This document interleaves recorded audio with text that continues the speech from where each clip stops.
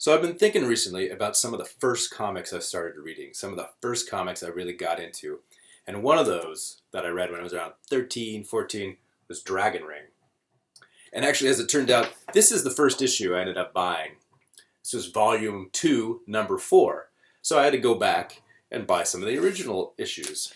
So here's the very first issue of Dragonring. So this is the comic we're going to look at here today. So Dragonring appeared during the black and white boom of the 1980s. Before I start here, let me just say I'm about to say the name of a company and the names of artists, and I may completely mispronounce every single one of them. I tried to look up the names, but the company I'm about to talk about is decades gone. The artists, most of them, aren't working in comics anymore, except for maybe one or two that I'm going to mention. So I apologize in advance. And also do not expect that I'm an expert. So here we go. The company who published Dragonring was called Aircel. I think that's correct. They were an insulation company in Canada, and then they went out of business. But one of the employees convinced the owner of the company, and his name was Barry Blair, and he's kind of infamous. Anyway, he convinced the owner of the company that they could make money by publishing comics, right? Only in the 1980s. So here's some of the things they published that I still have. I didn't read any of the Barry Blair comics. They kind of weirded me out, and if you look up Barry Blair and his story, you'll learn maybe why. I was 13 at the time. I didn't quite understand why they were weirding me out, but as an adult now, yeah. One of the comics that I collected that was pretty cool is called Warlock Five. This really great airbrushed artwork. Another one was this fantasy comic called Maelstrom. Another one was this kind of fantasy but also sci-fi story called Stark Future. Then they also had this, what was going to be a 3-issue miniseries, but I only found the first 2. I don't know if they never made the third one or if I just couldn't find it at my store, called Jake Thrash.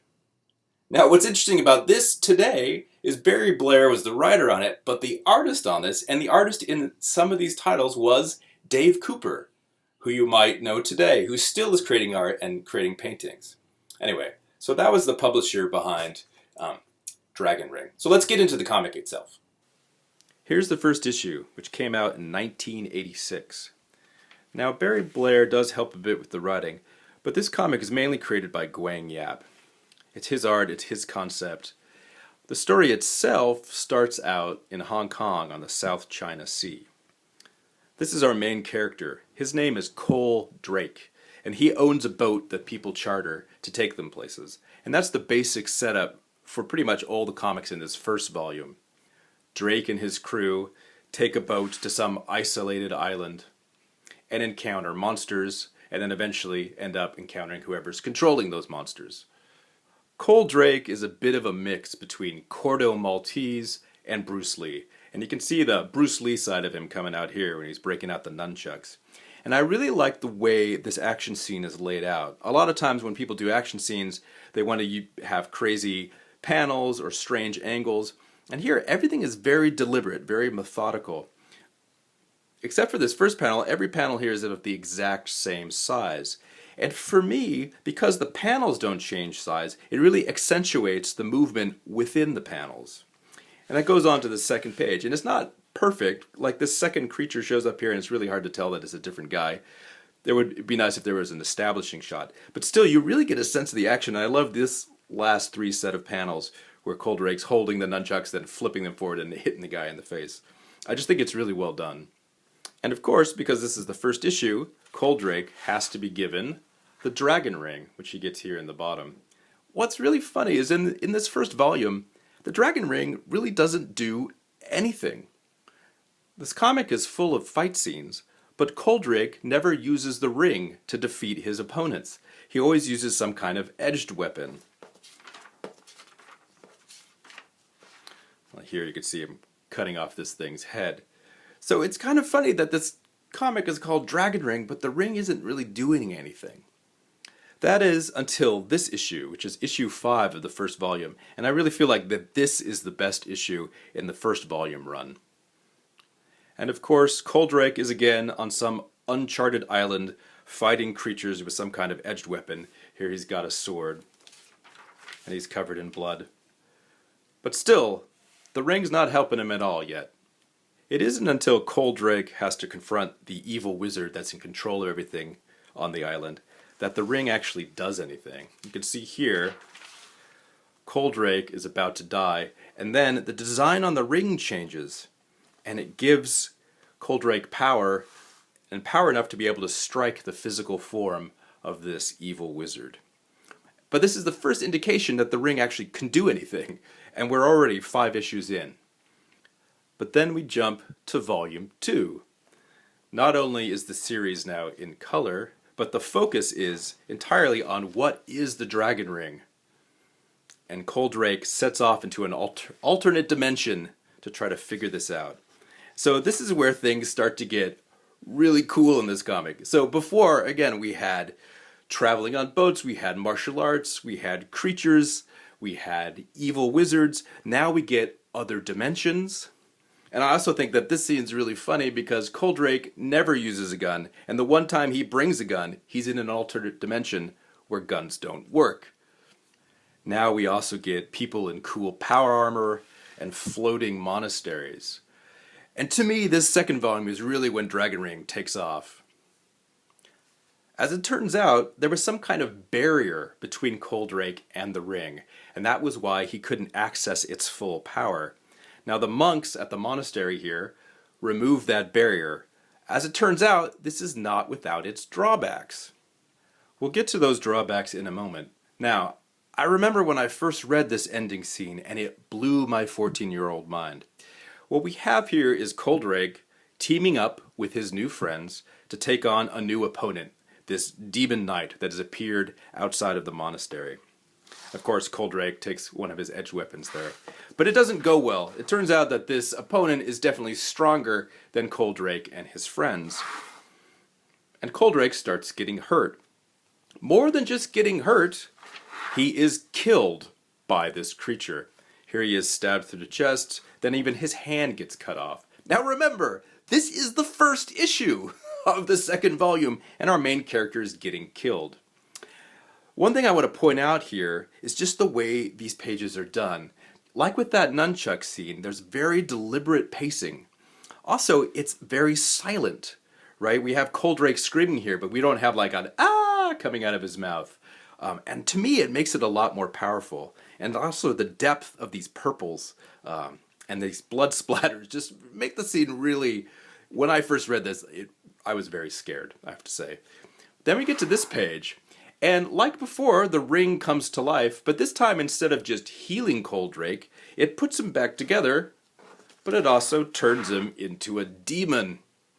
And at this point, you realize that this comic, especially this volume of this comic, is going to be doing something very different than it was doing before.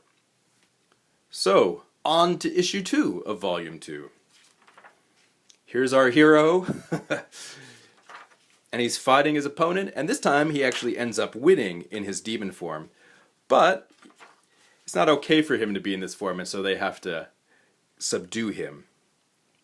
After Cole recovers, he gets the story of the Dragonring, and as it turns out, the Dragonring isn't the only ring. There's 12 of them, and they've all been cut from the same stone.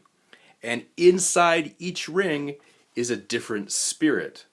The Dragonring has the strongest spirit, but it has the ability to possess its wearer. And so Coldrake, yes, can get the powers and abilities of the ring, but he has to constantly fight against the spirit in the ring. This brings a whole other level to the comic, because now, not only is Coldrake fighting monsters and demons, he also has to be fighting the spirit inside the ring, which is trying to possess him.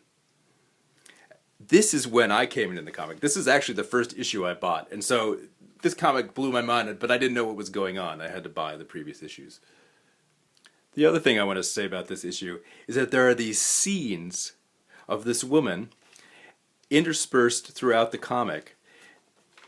It's almost like a music video, and as it turns out, all these lines here are lyrics to a Eurythmics song. So this is very 1980s. The other thing I just wanted to mention is this really cool backup comic by Patrick McKeown here called Dark Entry, which looks a lot like the kind of stories you would see in a 1970s heavy metal, except The color is different, but also our main character is kind of an urban punk. Anyway, I remember really loving this backup story. So, back to Dragonring. Yes, there are multiple rings, and not all of them are on the same side. And so on the cover here we have Coldrake, the Dragonring, fighting with Tiger Ring. And this is the fight we get at the end of this comic. Now, this is what I was really looking forward to. As soon as I heard there were multiple rings, I was looking forward to these really big fights, everything coming together. And what you have here is you get the beginning of a fight between the Dragon Ring and the Tiger Ring. But then, here's their totems coming out of their chests, but then they hit their hands together and there's an explosion. And as the next issue begins, Coldrake is unconscious. And so this whole fight scene that we were building up towards ends almost as quickly as it begins. And I have to say that this is really where Dragonring dies, is at the beginning of number 6. It goes on for a bunch more issues, but all the plot lines that it was building up to basically get abandoned. And what we have here is all these other characters all of a sudden start showing up. And actually, this is the woman who was in that backup story that I liked. Now she's a character in Dragonring for some reason. Why? I don't know. And then there's issue 7. And this is when I knew it was really over. One, Barry Blair takes a bigger role. And because of that, all of a sudden, we've got half-naked young boys. We also have a lot more weapons, which was never a part of Dragonring before. The other thing is that the art is changing. Guang Yap is not in charge of the art as much as he was before. Other artists are coming in. And so things start changing. Coldrake starts looking more like Arnold Schwarzenegger or somebody. He looks like an 80s action movie hero. And he starts behaving like one too. Like there's this scene where, it's a bar fight, and he picks up some beer and he drinks the beer before he hits the guy. And that's kind of behavior that Coldrake would not have done a few issues previous. But now, because he's an 80s movie action hero, this is who he is. So for me, this was not the same guy anymore. And yet, the comic keeps going, with Guang Yap having less and less of a presence, and there being more and more of a presence of automatic weapons and scantily clad boys. This shift culminates in issues 9 and 10, where now Guang Yap has nothing to do with this comic anymore, and it looks completely different. And the story is completely different, as you can see. It's a far cry from what made me love this comic in the first place. So what happened to Guang Yap? Did he just get tired of the comic? Did he find a better job? I'm not really sure. But this change was really disappointing to me. One, this was a comic that I really loved, and I felt like it just got completely ruined. Two, this had happened to me before. And this is part of the reasons why I didn't read superhero comics. When I first started getting into reading comics, I was age 12, and this is the first comic I got. It was Daredevil, with art by David Mazzucchelli and story by Denny O'Neil. And I love this comic. I love the way it looks. I love the stories. I love the tone of it. But after a while, both David Mazzucchelli and Denny O'Neil left, and they never came back. But I kept buying the title for a while because I thought maybe it would get better. And Marvel kept saying it was Daredevil, but it wasn't the same comic. Nothing looked the same. No one behaved the same, and the tone was completely different. The idea that it was the same comic was a lie. And eventually, I got tired of being lied to. And so I thought if I stuck to creator-owned independent comics, I would be able to get a story. Apparently, that wasn't true. And here's the punchline. After Aircel got done destroying Dragonring, it started a new comic called Dragon Force. And in this comic, they make Coldrake into a superhero. Yeah. So there's a little introduction to Dragonring, one of the comics in the Mullins library. Thanks for watching.